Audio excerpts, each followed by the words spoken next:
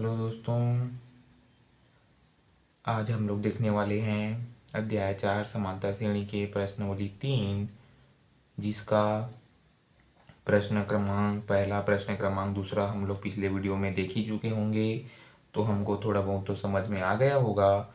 और हम देखने जा रहे हैं प्रश्न क्रमांक 3, जो प्रश्न क्रमांक 2 समझ चुके होंगे वह प्रश्न क्रमांक 3 आसानी से बना सकते हैं। और यदि जिसको समझ में नहीं आया है वह प्रश्न क्रमांक 3 आप लोग बिल्कुल अंत तक देखें वीडियो को, तभी हमको समझ में आएगा दोस्तों।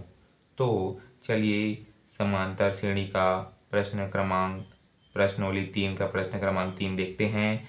जो प्रश्न है, समांतर श्रेणी 24, 21, 18 के कितने पद लिए जाएं। अब फिर से वही बात आ गया जो दूसरा में आया था, कितने पद लिए जाए, है ना। तो इसमें n का मान ज्ञात करना है, कितने पद लिए जाए मतलब n, ताकि उनका योग 78 हो। अर्थात माना, है ना, जो दिया है उसको पहले लिखते हैं, ना, जो दिया है उसको पहले लिखते हैं। दिया है, ठीक है, क्या क्या दिया है। a बराबर 24, है ना, a2 बराबर 21 और a3 बराबर 18, ये अपने को दिया है। देख लीजिए, a बराबर 24, a2 बराबर 21, a3 बराबर 18। अब यहाँ से हम आसानी से d निकाल सकते हैं, सर्वांतर a2 माइनस a1। तो a2 क्या है, 21 है, ऋण a1 क्या है, 24 है। तो 24 में 21 घटेगा कि जुड़ेगा, और यहाँ धन है यहाँ ऋण है ना। तो 24 में 21 घटेगा कि जुड़ेगा, घटेगा। तो 24 में 21 घटाओ कितना आएगा, 3 आएगा। लेकिन बड़ी संख्या के सामने में क्या है, ऋण है, तो ऋण लगा दीजिए। अर्थात डी का मान अपने पास आ गया ऋण 3। ठीक है। अब उसके बाद देखो दोस्तों, कितने पद लिए जाए ताकि उनका योग 78 हो। मतलब ये जो n है, माना पदों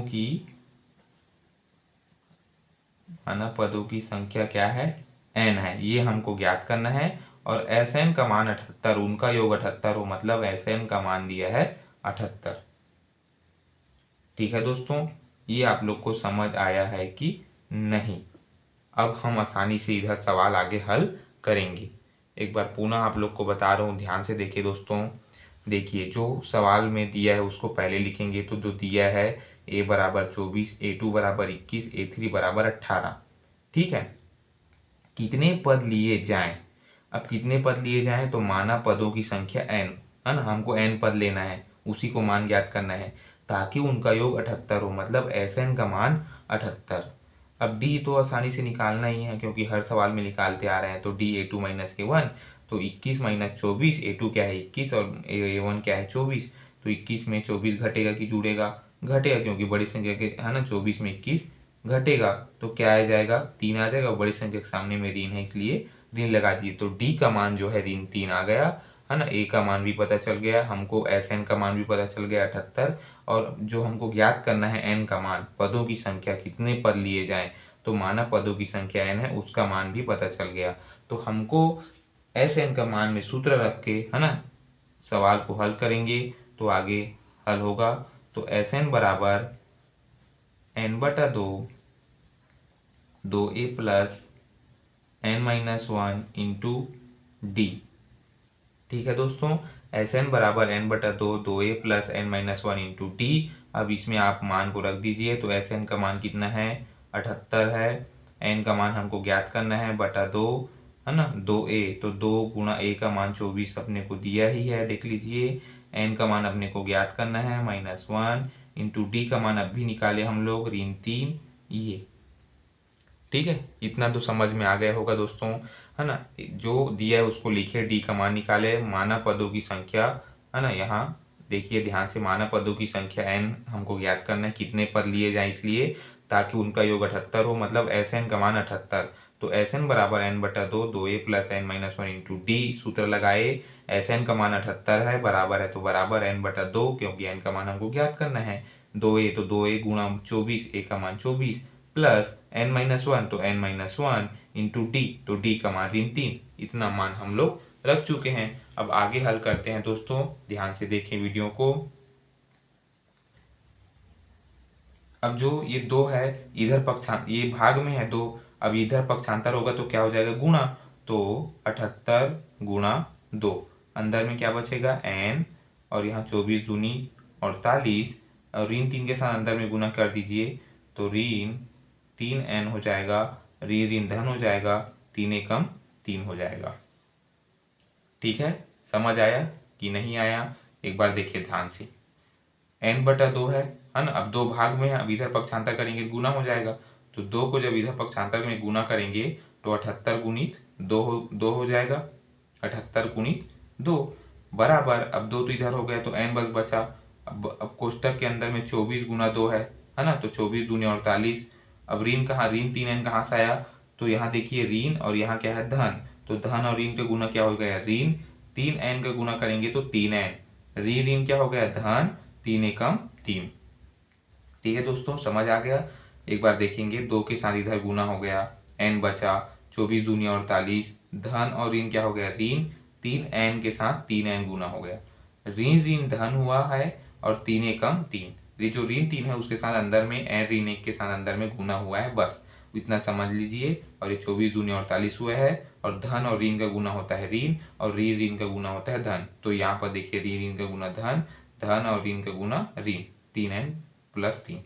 ठीक है दोस्तों, अब 78 और 2 का गुना कर दीजिए, तो हमको 78 और 2 का गुना करेंगे तो 156 मान प्राप्त हो जाएगा, और इधर क्या हो जाएगा, इधर हल करेंगे तो है ना 48 में 3 जुड़ेगा कि घटेगा, क्योंकि यहाँ भी प्लस है यहाँ भी प्लस है तो जुड़ेगा, तो 51 हो जाएगा -3n। ठीक है दोस्तों, जना समझ में आ गया होगा, तो आगे सवाल को हल करते हैं। तो है ना 48 में 3 जुड़ेगा क्योंकि धन है तो इसलिए 51, और ऋण 3n का 3n, n का n, 78 और 2 का गुना किया 156 है ना। अब 156 का 156 n के साथ अंदर में गुना करिए है ना, तो n के साथ जब अंदर में गुना करेंगे तो क्या हो जाएगा 51n ऋण 3n²।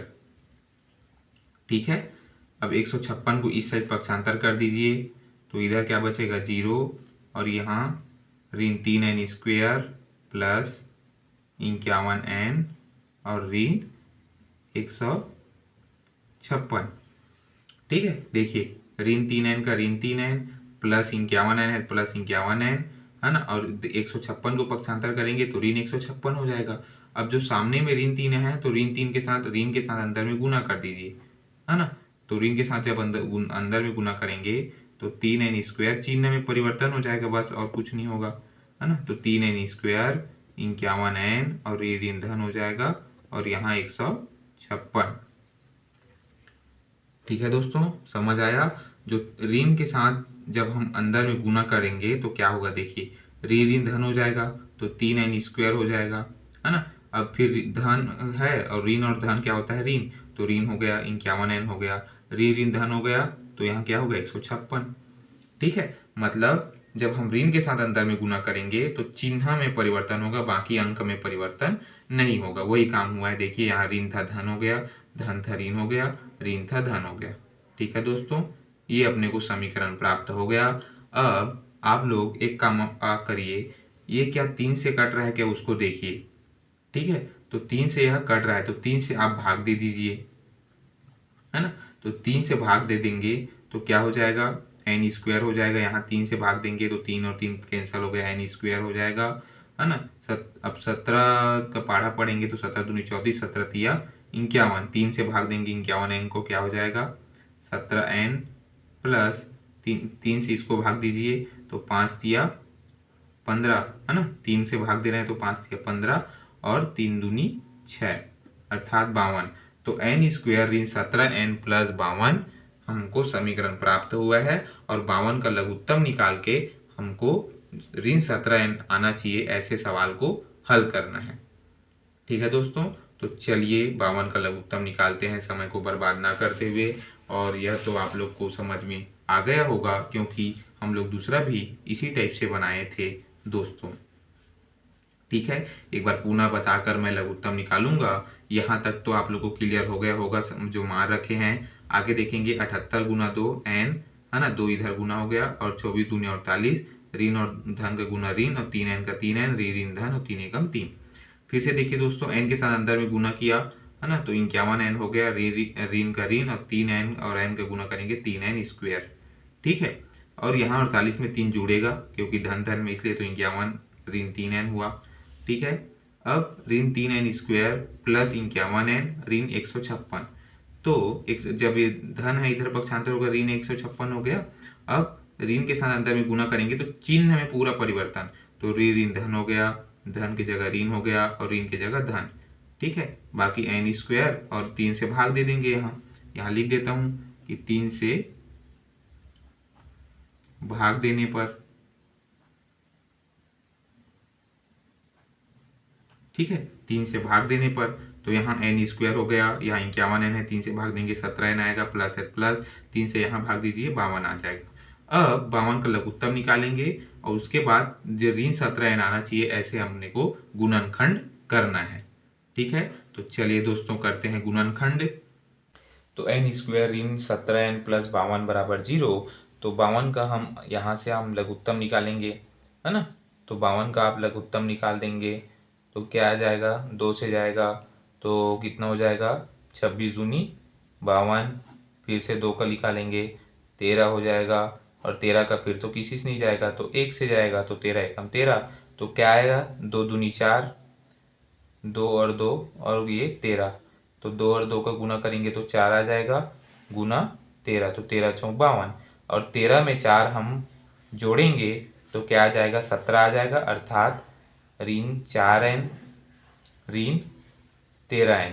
अब ये 13 और 4 को जोड़ो कितना आ जाएगा, 17, और बड़े संख्या के सामने में ऋण है तो ऋण। तो यहाँ देखिए आप लोग कि हमको ऋण चाहिए था, बड़े संख्या के सामने में ऋण है तो ऋण लगाना है। तो ऋण 13n और ऋण 4n दोनों को जोड़ो तो 17n आ जाएगा, बड़े संख्या के सामने में ऋण है तो ऋण लगा दीजिए।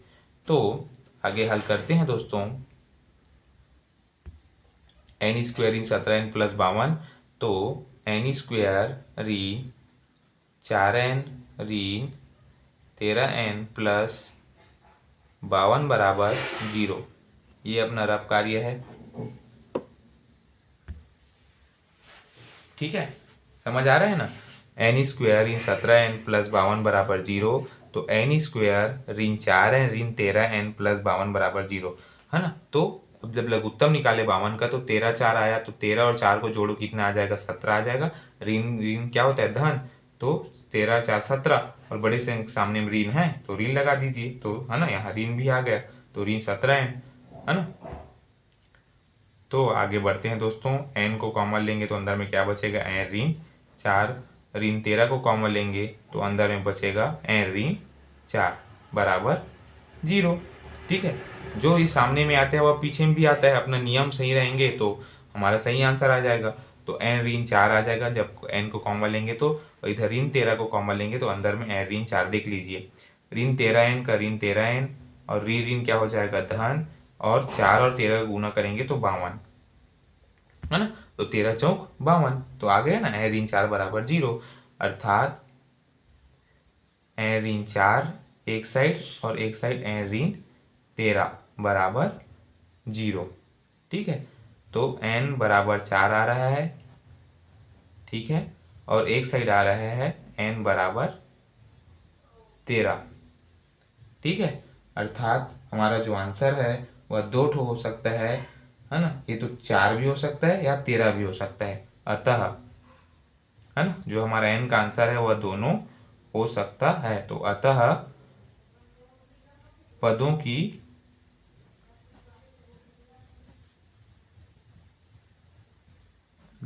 की संख्या 4 अथवा 13 होगी। ठीक है दोस्तों, जो हमारा n का मान ज्ञात करना था वह हम n का मान ज्ञात कर चुके हैं, गुणनखंड करते हुए, लघुत्तम निकालते हुए, पूरा नियम को सूत्र में मार रखते हुए, पूरा नियम से गए हैं। तो n बराबर 4 n बराबर 13 आया, जो दोनों आंसर सही हैं। तो अतः पदों की संख्या या तो 4 भी हो सकती है या 13 भी हो सकती है, वो आप लोग की मर्जी, आप किसको रख रहे हैं। और हमको n का मान ज्ञात करना था, पदों की संख्या, तो n का मान ज्ञात कर चुके हैं, या तो 13 हो सकती है या 4। तो हमारा आंसर आ गया है दोस्तों। एक बार इस प्रकार से हमारा प्रश्न क्रमांक 3 भी कंप्लीट होता हुआ। आइए चलते हैं प्रश्न क्रमांक 4 की ओर। तो प्रश्न क्रमांक 4 है, किसी समांतर श्रेणी का प्रथम पद 1, अंतिम पद 11 और उसका योग 36 है। पदों की संख्या और सर्वांतर ज्ञात कीजिए।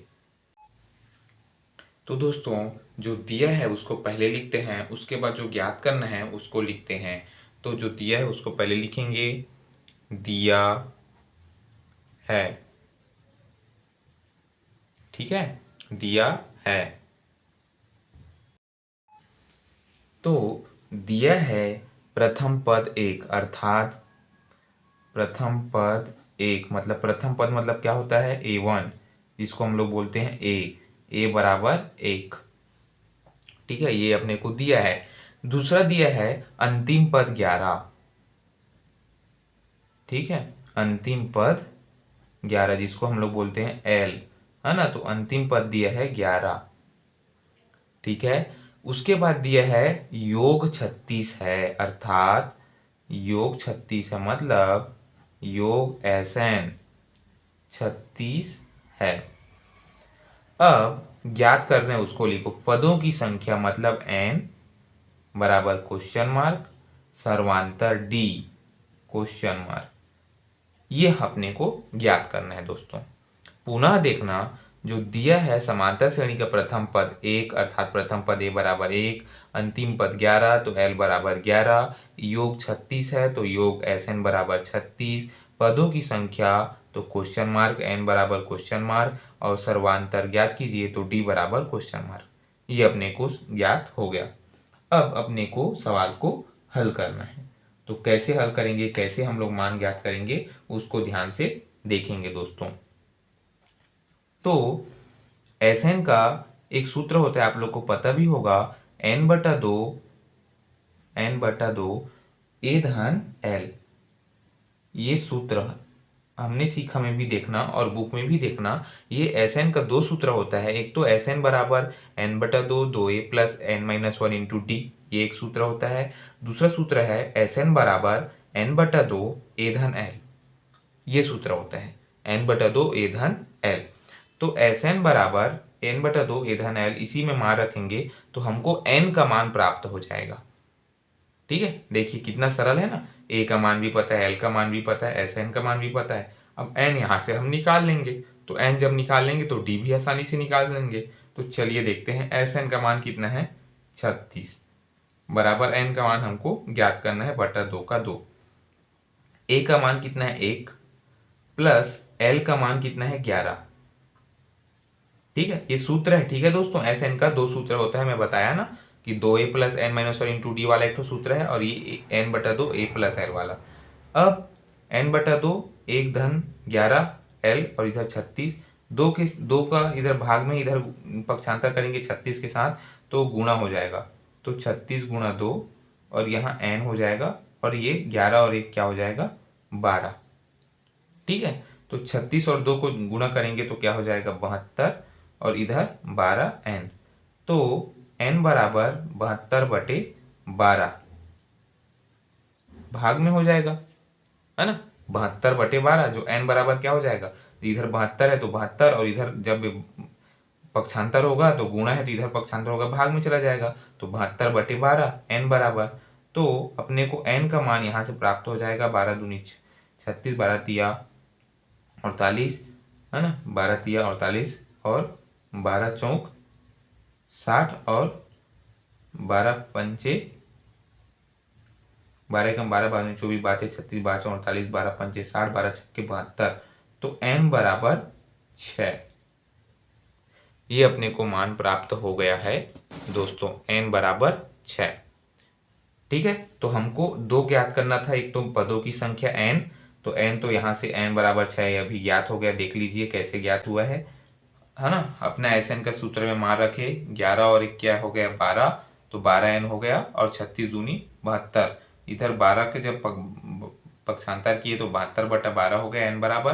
तो 12 में 72 को भाग देंगे 6 आएगा, 12 छक्के 72। अब D का मान निकालेंगे। चलिए समय को बर्बाद ना करते हुए D का मान निकालते हैं। तो दोस्तों n का मान अपन निकाले हैं 6। अब आगे हमको निकालना है d का मान, d बराबर क्वेश्चन मार्क।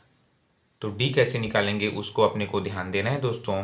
तो अब एस एन n बटा 2 a धन n का सूत्र लगाए थे, अब दूसरे वाले में लगा दीजिए आप एस एन बराबर n बटा 2a plus n minus 1 into D. ये वाला अपन सूत्र लगा दीजिए आप लोग, तो इससे हमको d का मान प्राप्त हो जाएगा। ध्यान से देखिए दोस्तों, बहुत ही अच्छा सवाल है, सुंदर सवाल है। n का मान निकाले, पदों की संख्या, अब सर्वांतर निकाल रहे हैं। एस एन का मान कितना है दोस्तों? 36।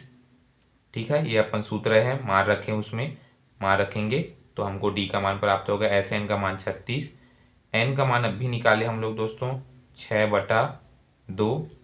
2a मतलब 2 गुणा a का मान 1 है ना, आप लोग देख लीजिए, है ना, थोड़ा स्लाइड करके। तो a का मान 1 है प्रथम पद, 2 का 2, n का मान 6 है, फिर से n माइनस 1 मतलब 6 माइनस 1 इंटू डी का मान हमको ज्ञात करना है।